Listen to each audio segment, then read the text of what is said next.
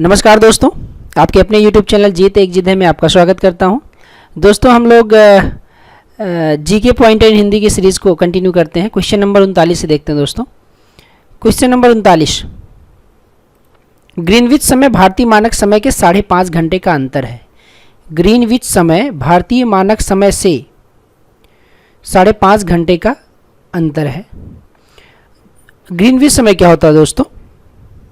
GMT, कहीं भी हम देखते हैं दोस्तों लिखा होता है, भारतीय मानक समय की बात करते हैं तो GMT प्लस 5:30, राइट। कहीं भी हम चूज करते हैं अगर अंतर्राष्ट्रीय क्लॉक से कि इंडियन टाइम क्या है तो हम ये टाइम फॉर्मेट लेते हैं GMT प्लस 5:30।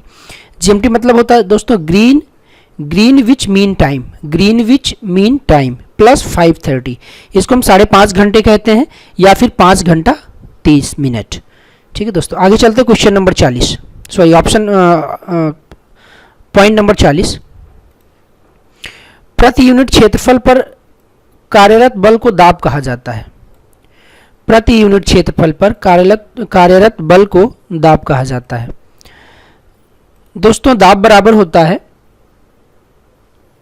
बल बटा क्षेत्रफल, यानी P is equal to P बराबर F बाई A, यानी फोर्स बाई एरिया। यानी प्रति यूनिट क्षेत्रफल पर कार्यरत बल को दाब कहा जाता है। याद करने का बहुत ही आसान तरीका है दोस्तों। और आगे चलते हैं दोस्तों, पॉइंट नंबर 41, पॉइंट नंबर 41, बहुत ही महत्वपूर्ण तथ्य दोस्तों। माइटोकॉन्ड्रिया को पादप कोशिका का पावर हाउस या विद्युत ग्रह कहा जाता है। सभी लोग जानते होंगे दोस्तों, लेकिन एक बार फैक्ट आप याद कर लीजिए। माइटोकॉन्ड्रिया को पादप कोशिका का पावर हाउस कहा जाता है, यानी विद्युत ग्रह। पॉइंट नंबर 42 पे चलते हैं दोस्तों। विटामिन सी जल विलीय विटामिन है। विटामिन सी जल में विलीय विटामिन है। अब दोस्तों बात होती है और कौन सी विटामिन जल में विलीय होती है या कौन कौन सी विटामिन वसा में विलीय होती है। तो दोस्तों जो जल में विलीय विटामिन होती है वो विटामिन बी और विटामिन सी, ये दोनों विटामिन बी और विटामिन सी ये दोनों दोस्तों विटामिन जल में विलीय होते हैं। और बाकी के विटामिन जो हैं A, D, E, K, A, D, E, K, ये चारों विटामिन दोस्तों वसा में विलीय होते हैं, यानी फैट में सॉल्युबल होते हैं। ये 4 विटामिन वसा में विलीय होते हैं। दोस्तों एक क्वेश्चन यहाँ से आना तय होता है, तो इस तथ्य को आप जरूर याद रखिए दोस्तों। जल में विलीय विटामिन मात्र 2, बी और सी। वसा में विलीय विटामिन मात्र 4, A, D, E और K, A, D, E और K। आगे चलते हैं दोस्तों, point number 43, point number 43, thalassaemia. Thalassaemia एक बीमारी है दोस्तों। थैलेसीमिया एक वंशानुगत रोग है जो रक्त को प्रभावित करता है। ये ब्लड जो होता है हमें उसको अफेक्ट करता है थैलेसीमिया। दोस्तों थैलेसीमिया जो होती है वो हीमोग्लोबिन की मात्रा की कमी से होता है। थैलेसीमिया जो होती है वो हीमोग्लोबिन की मात्रा जब हमारे खून में, हमारे ब्लड में, हमारे रक्त में कम हो जाती है तो एक बीमारी थैलेसीमिया होती है, जो कि वंशानुगत बीमारी होती है दोस्तों। आगे चलते हैं दोस्तों, पॉइंट नंबर 44, संविधान से दोस्तों अगर अध्यक्ष और उपाध्यक्ष दोनों की अनुपस्थिति में लोकसभा की अध्यक्षता राष्ट्रपति द्वारा नियुक्त लोकसभा का सदस्य करता है।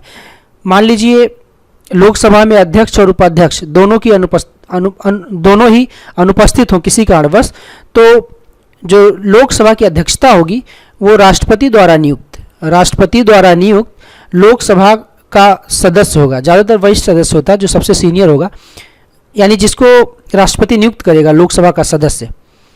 लोकसभा का मतलब लोकसभा के सदस्य को जिसको राष्ट्रपति नियुक्त करेगा वो लोकसभा की अध्यक्षता करेगा। दोस्तों तथ्य नंबर 45 चलते हैं, पॉइंट नंबर 45 सिंधु घाटी सभ्यता के लोगों को नगर योजना में विशिष्टता हासिल थी। दोस्तों सिंधु घाटी सभ्यता के लोग नगर नियोजन में महारत हासिल किए थे, क्योंकि तब की कॉलोनियाँ, तब के जो नगर होते हैं वो बहुत ही अच्छे से सुनियोजित तरीके से बसाए गए थे। तथ्य नंबर 46 पे चलते हैं दोस्तों, 46 नंबर, सूर्य को मुख्य रूप से ऊर्जा संलयन प्रक्रिया से प्राप्त होती है। यानी क्वेश्चन आता है दोस्तों केमिस्ट्री में, रसायन विज्ञान में संलयन और संघटन, दो प्रक्रियाएं होती हैं। तो जो सूर्य हमारा होता है, इसको प्रमुख रूप से जो ऊर्जा होती है वो संलयन प्रक्रिया से प्राप्त होती है। संलयन और संगठन हम जान लेते हैं दोस्तों। जो संलयन होता है उसमें दो हल्के नाभिक जुड़ के एक बड़े नाभिक का निर्माण करते हैं। दो छोटे नाभिक जुड़ के एक बड़े नाभिक का निर्माण करते हैं, तो उसे हम संलयन, तो संलयन प्रक्रिया कहलाती है। अब यही पे उल्टा हो जाता है अगर दोस्तों, जब एक नाभिक टूटकर कई सारे छोटे छोटे नाभिक में बिखर जाता है तो उसे हम संगठन कहते हैं दोस्तों, संगठन, फ्यूजन और फुजन। ठीक है दोस्तों, तो हम आगे चलते हैं पॉइंट नंबर 47 की तरफ, 47 नंबर। ये भी बहुत महत्वपूर्ण तथ्य है। चंद्रमा पर सबसे पहले कदम रखने वाला कौन मानव था? मतलब चंद्रमा पर सबसे पहले किसने कदम रखा था? तो दोस्तों सभी लोगों को याद होगा, नील आर्मस्ट्रांग। चंद्रमा पर सबसे पहले कदम नील आर्मस्ट्रांग ने रखा था। और ये दोस्तों मैं बता दूं आप लोगों की जानकारी के लिए, ये एक अमेरिकन एस्ट्रोनॉट थे, यानी अमेरिकन अंतरिक्ष यात्री थे, और इन्होंने सबसे पहले चंद्रमा पे कदम रखा था। दोस्तों चलते हैं पॉइंट नंबर 48 की ओर। उपनिषद को वेदांत भी कहा जाता है। उपनिषद को वेदांत के नाम से भी जाना जाता है। नंबर 49, दिल्ली के सुल्तान मोहम्मद बिन तुगलक, MBT, मोहम्मद बिन तुगलक ने तांबे को मुद्राओं का प्रचलन शुरू किया था। सबसे पहले दिल्ली के जो सुल्तान थे मोहम्मद बिन तुगलक, वो तांबे की मुद्राओं का प्रचलन शुरू किए थे। दोस्तों आगे चलते हैं, पॉइंट नंबर 50, विश्व में सबसे जीवित, मानिए विश्व में जीवित सबसे भारी पक्षी जो है वो ऑस्ट्रिच है, शुतुरमुर्ग। इंपॉर्टेंट फैक्ट है दोस्तों, विश्व में जीवित सबसे भारी पक्षी शुतुरमुर्ग ऑस्ट्रिच है। पॉइंट नंबर 51, तथ्य संख्या 51, मदन मोहन मालवीय ने इरविन जो कि एक ब्रिटिश थे, और गांधी जी, इन दोनों लोगों को मदन मोहन मालवीय ने दो महात्मा कहा था। ठीक है दोस्तों, आगे चलते हैं दोस्तों पॉइंट नंबर 52 पे। हिंदुस्तान रिपब्लिक आर्मी के प्रमुख चंद्रशेखर आजाद थे, यानी चंद्रशेखर आजाद ने हिंदुस्तान रिपब्लिक आर्मी का गठन किया था। और हिंदुस्तान रिपब्लिक आर्मी के बारे में बता देता हूं दोस्तों, ये 1928 में फिरोज शाह कोटला जो नई दिल्ली में है, यहाँ पे इसका गठन हुआ था। और इसके सदस्य थे चंद्रशेखर आजाद, भगत सिंह, सुखदेव थापर, GC चटर्जी यानी जोगेश चंद्र चटर्जी। हिंदुस्तान रिपब्लिक आर्मी का ही नाम निकल के आया था हिंदुस्तान सोशलिस्ट रिपब्लिकन एसोसिएशन से, यानी इसका पुराना नाम था हिंदुस्तान सोशलिस्ट रिपब्लिकन एसोसिएशन। दोस्तों आगे चलते हैं, तथ्य नंबर 53, सिखों के 10वें गुरु और आखिरी गुरु गुरु गोविंद सिंह थे। और आप लोगों की जानकारी के लिए बता दूं दोस्तों, 9वें गुरु जो थे वो गुरु तेग बहादुर थे, और जब 10वें गुरु गुरु गोविंद सिंह आए तो इन्होंने एक 11वें गुरु के नाम पे, यानी कि 11वें कोई गुरु नहीं थे लेकिन 11वें के नाम पे गुरु ग्रंथ साहिब जो कि इनका एक पवित्र ग्रंथ है, उसी को इन्होंने, गुरु गोविंद सिंह ने बोला कि आज से सिखों के कोई जो भी गुरु होंगे वो यही होंगे, गुरु ग्रंथ साहिब, यानी जो इनका एक हॉलिस्टिक ग्रंथ है उसी को इन्होंने गुरु बना दिया था। तो दोस्तों तथ्य नंबर 54 पे चलेंगे, 54, हॉटमेल एक ईमेल सर्विस प्रोवाइडर है, जैसे जीमेल है, हॉटमेल है, याहू है। ठीक है दोस्तों, उसी तरीके से तो हॉटमेल ईमेल सेवा के संस्थापक सब्बीर भाटिया थे, सब्बीर भाटिया जी हैं।